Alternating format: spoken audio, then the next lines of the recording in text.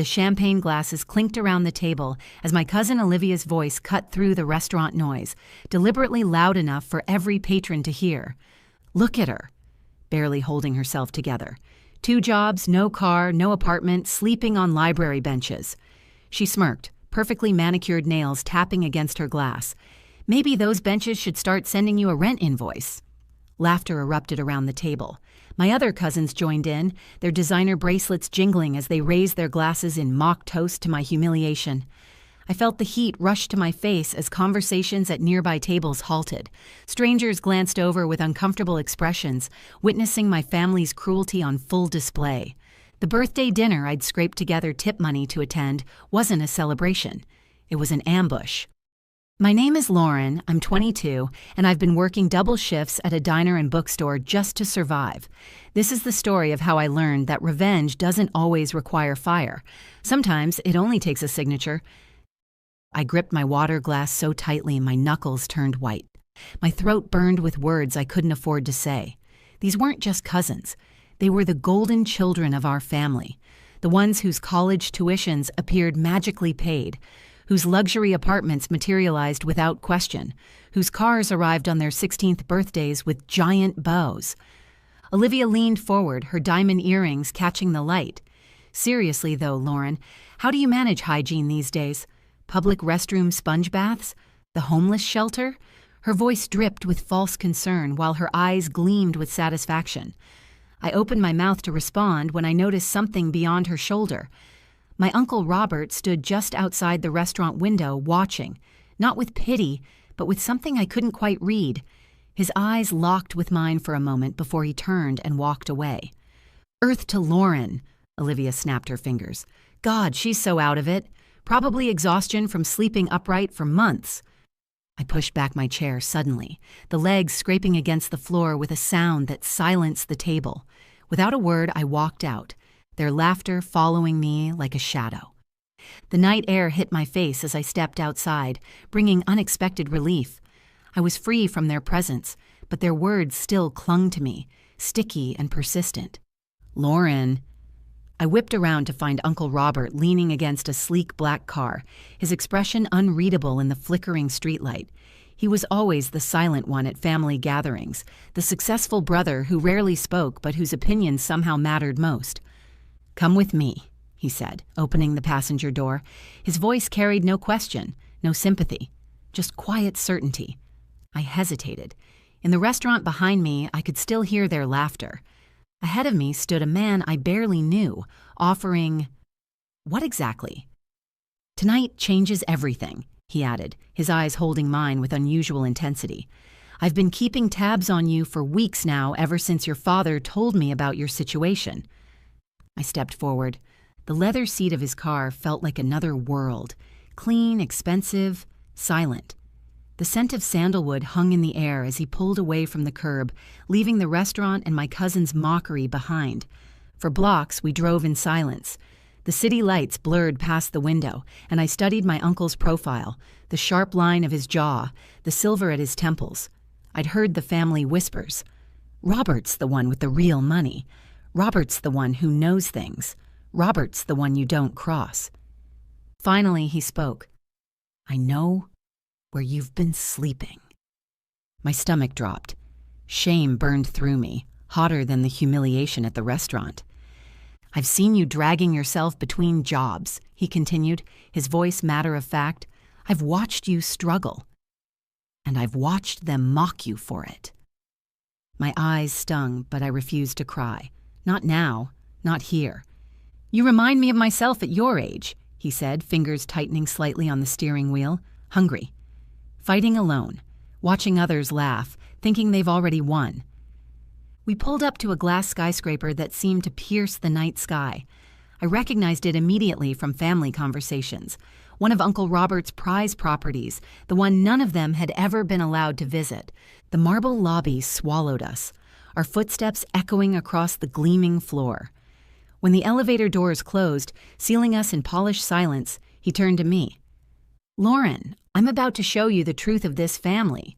And when I do, you'll never look at them the same way again. The elevator opened directly into a penthouse that made me freeze in place. Floor-to-ceiling windows revealed the city spread out below like a carpet of stars. Everything gleamed, glass, metal, marble, as if light itself was drawn to this place. "Sit," he instructed, pointing to a leather chair near a modern fireplace where flames danced behind glass. I obeyed, my body suddenly aware of every ache from months of insufficient rest. The softness beneath me felt foreign, dangerous, like I might dissolve into it and never emerge. "You think they laugh because you're weak," Uncle Robert said, pacing slowly across the polished floor. "But they laugh because they're afraid.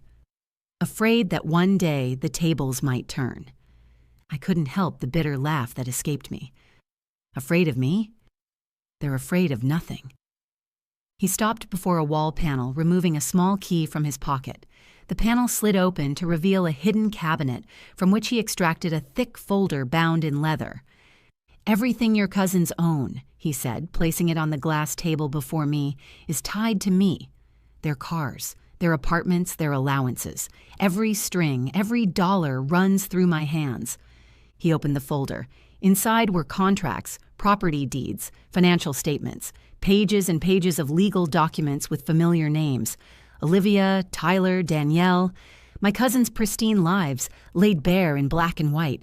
"They humiliated you tonight," he said, his voice lowering to something dangerous. "But remember this, Lauren.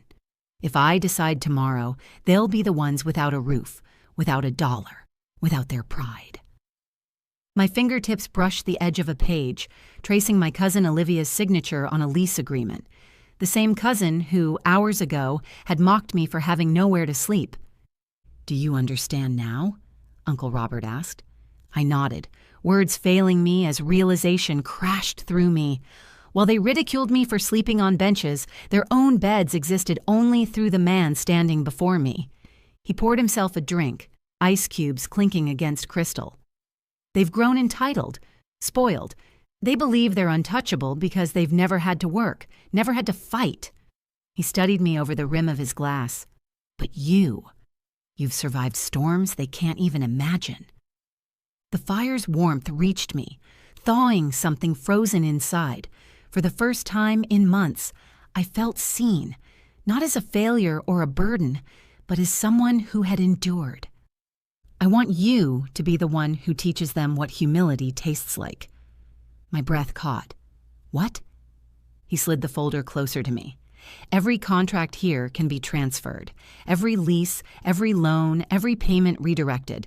I could do it myself, but they'd see it as my power." His eyes locked with mine. "I want them to see you." Outside, the city lights winked like distant witnesses. The weight of what he offered pressed against my chest. Revenge, power, justice, all written in legal ink, waiting for my decision. "Why me?" I finally asked, my voice barely audible. Uncle Robert leaned back, swirling amber liquid in his glass. "Because, Lauren, you've already endured what they fear most. You've been stripped of comfort, of pride, of a home, and you didn't break." A faint smile touched his lips. "That makes you dangerous. That makes you strong."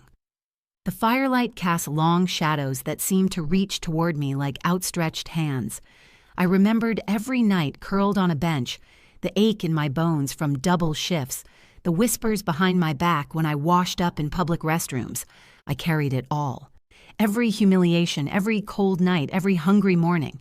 My uncle slid a pen across the table, its weight substantial, expensive. "Their comfort rests on signatures," he said quietly. "Sign and you become the storm they never saw coming." My hand hovered over the pen as conflicting voices battled in my mind. The memory of Olivia's words rose above them all. Maybe those benches should start sending you a rent invoice. I picked up the pen. Slowly, deliberately, I signed where he indicated. Each stroke of ink felt like carving away years of silence, years of swallowing hurt and pride. When I finished, Uncle Robert gathered the folder with a slight nod, not of triumph, but of recognition. "Tomorrow," he said, his voice certain, "the family will learn who truly holds their strings." And just like that, The balance of power shifted quietly into my hands. "You must be exhausted," Uncle Robert said, guiding me to a guest room with a bed that looked softer than anything I'd slept on in months. "Stay here tonight. Tomorrow we begin." Morning sunlight poured through the penthouse windows, turning everything to gold. I'd barely slept, my mind racing with what I'd set in motion. The folder was no longer just documents. It was thunder waiting to break. Uncle Robert moved with unsettling calmness. Over breakfast, he slid his phone across the table. "Watch." Messages began appearing one after another. "Tyler, why is the dealership saying my car payments have been frozen? Call me now." Olivia, "Uncle, my landlord says rent hasn't cleared. Is this a mistake? Fix it, please." Each notification felt like lightning striking ground, their certainty crumbling word by word. "They're starting to feel it," Uncle Robert observed, sipping his coffee. "The ground shifting beneath their feet." By noon, the calls became frantic. The penthouse phone rang relentlessly, my cousins' voices filling the answering machine. Olivia's voice cracked with panic. "This isn't funny. I have a dinner party tonight. Do you know how humiliating this is?" Tyler followed. "You can't just cut us off. We're family." Family. The word made me laugh bitterly. When I needed shelter, they mocked me. When I needed compassion, they offered cruelty. Now, as their worlds crumbled, they suddenly remembered blood ties. I stood by the window, watching the city breathe beneath me. For once, I wasn't looking up at those glass towers, wondering which lights would still be on when I tried to sleep. I was above, untouchable. The same girl who had curled up on benches now held power in silence. "Lauren," my uncle placed a hand on my shoulder, "you don't have to answer them. Not yet. Let them squirm. Let them taste what you've tasted." I caught my reflection in the glass. Someone stronger, colder, unfamiliar. For the first time in months, I couldn't hear their laughter in my head, only their fear. By evening, panic had spread through the family like wildfire. My phone buzzed nonstop with messages from cousins, aunts, even my father's siblings demanding answers. "We can't pay the caterers. The bank says our cards are frozen. Do something." I sat on the velvet